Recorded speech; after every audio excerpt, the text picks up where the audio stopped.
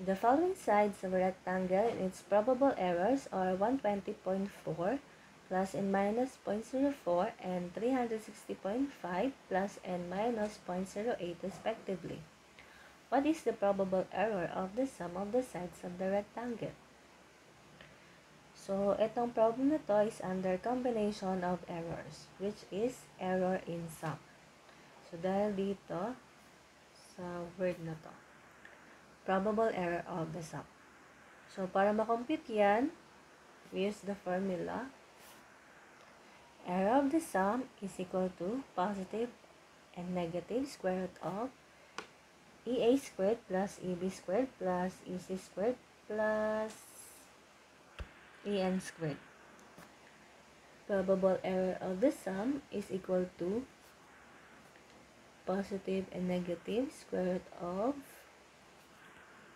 so ano yung error dito? So yung error dun sa isang side ay 0.04. So squared lang natin yon. So dahil rectangle to, so meron tayong dalawang 120.4 plus and minus 0.04. So plus ulit natin 0.04 squared. So plus sa kabilang side naman, ito yung measurement. So yung error doon ay 0.08. So squared lang natin yon.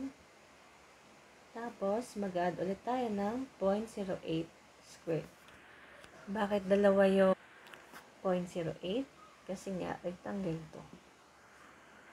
Dalawang sides yung merong ganitong measurement, dalawang side din yung may ganitong measurement. So, input nyo na to sa inyong calculator.